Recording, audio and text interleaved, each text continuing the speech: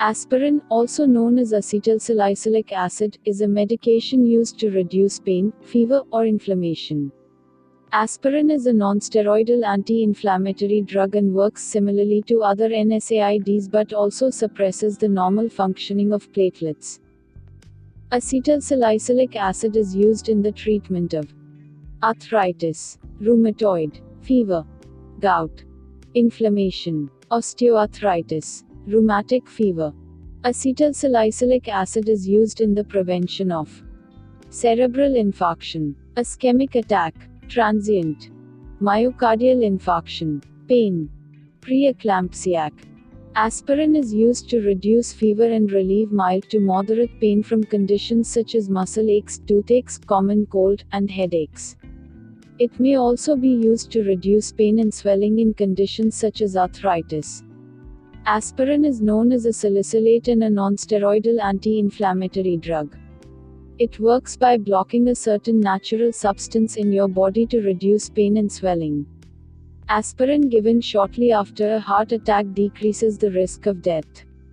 Aspirin is also used long-term to help prevent further heart attacks, ischemic strokes, and blood clots in people at high risk. Aspirin is part of a class of drugs called NSAIDs, non-steroidal anti-inflammatory drugs. Aspirin and other NSAIDs are widely used to address these nerve signals chemically by blocking the effects of certain enzymes that create prostaglandins. This means less pain and less swelling. Aspirin works to reduce this pain and swelling because it is an analgesic, an antipyretic, and an anti-inflammatory.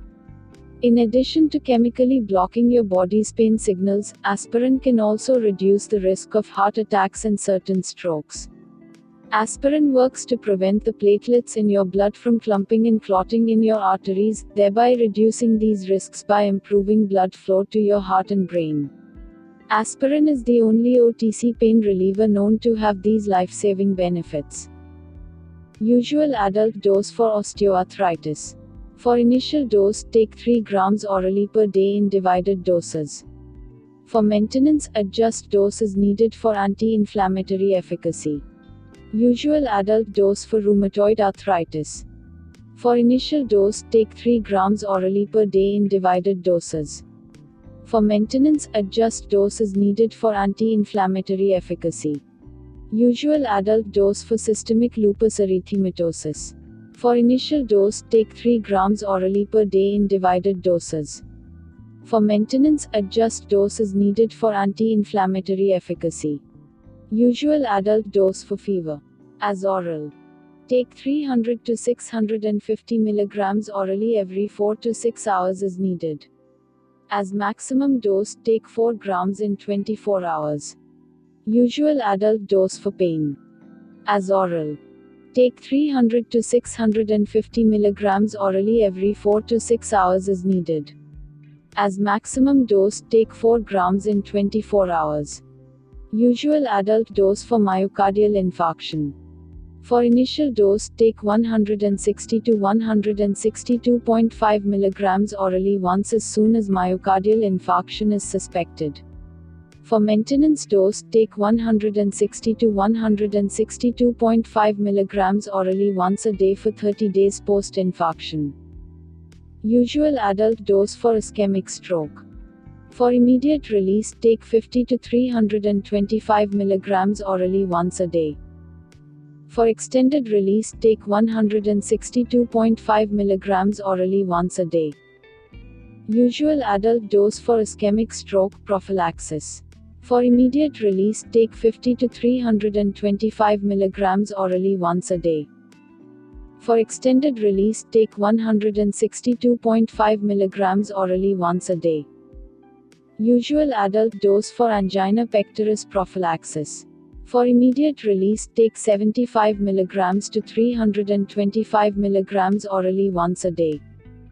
For extended release, take 162 mg orally once a day. Usual adult dose for angina pectoris. For immediate release, take 75 mg to 325 mg orally once a day. For extended release, take 162 mg orally once a day. Usual adult dose for revascularization procedures prophylaxis. For coronary artery bypass graft. Take 325 mg orally once a day beginning 6 hours after the procedure and continuing for 1 year. For percutaneous transluminal coronary angiography, take 325 mg orally once 2 hours prior to procedure, then 160 to 325 mg orally once a day indefinitely. For carotid endarterectomy, take 80 mg orally once a day up to 650 mg orally twice a day beginning prior to surgery and continuing indefinitely. Usual adult dose for ankylosing spondylitis. Up to 4 grams orally per day in divided doses. As maintenance dose, adjust dose as needed for anti-inflammatory efficacy. Usual adult dose for myocardial infarction prophylaxis. For primary prophylaxis. For 50 years or older, take 75 to 100 mg orally once a day. For adults with type 1 or type 2 diabetes at increased CVD risk, take 75 to 162 mg orally once a day. For secondary prophylaxis. For immediate release, take 75 mg to 325 mg orally once a day. For extended release, take 162.5 mg orally once a day. Usual adult dose for cardiovascular risk reduction. For primary prophylaxis. For 50 years or older, take 75 mg to 100 mg orally once a day. For adults with type 1 or type 2 diabetes at increased CVD risk, take 75 mg to 162 mg orally once a day. For secondary prophylaxis. For immediate release, take 75 mg to 325 mg orally once a day. For extended release, take 162.5 orally once a day. Usual adult dose for colorectal cancer. For 50 years or older, take 75 to 100 mg orally once a day. Usual pediatric dose for fever. For 12 years or older, take 300 to 650 mg orally every 4 to 6 hours as needed. As maximum dose, take 4 grams in 24 hours. Usual pediatric dose for pain. For 12 years or older, take 300 to 650 mg orally every 4 to 6 hours as needed. As maximum dose, take 4 grams in 24 hours. Usual pediatric dose for juvenile rheumatoid arthritis. As initial dose, take 90 to 130 mg per kilogram orally in divided doses. As maintenance dose, increase is needed for anti-inflammatory efficacy. Usual pediatric dose for Kawasaki disease.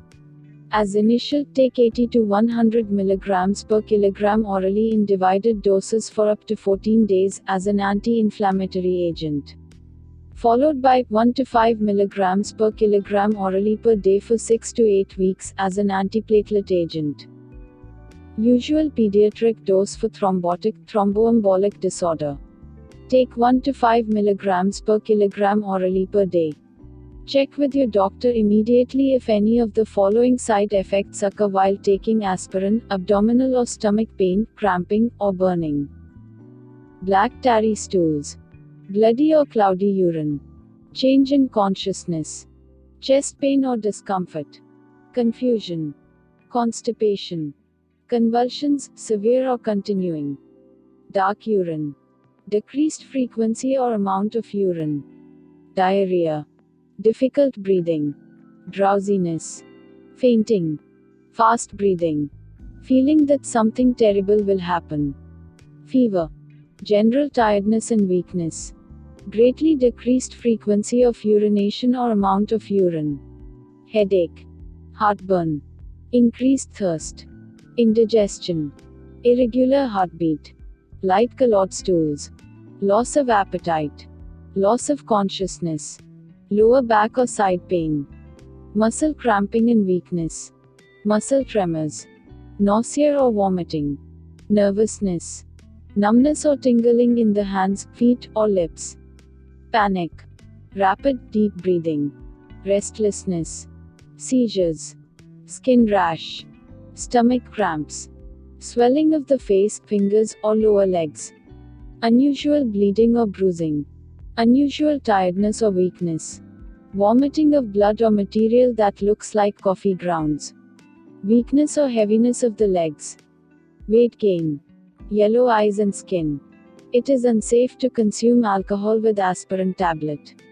Aspirin tablet is unsafe to use during pregnancy as there is definite evidence of risk to the developing baby. However, the doctor may rarely prescribe it in some life-threatening situations if the benefits are more than the potential risks. Please consult your doctor. Aspirin tablet is probably unsafe to use during breastfeeding. Limited human data suggests that the drug may pass into the breast milk and harm the baby. Aspirin tablet may decrease alertness, affect your vision, or make you feel sleepy and dizzy. Do not drive if these symptoms occur. Aspirin tablet should be used with caution in patients with kidney disease. Dose adjustment of aspirin tablet may be needed. Please consult your doctor. Use of aspirin tablet is not recommended in patients with severe kidney disease.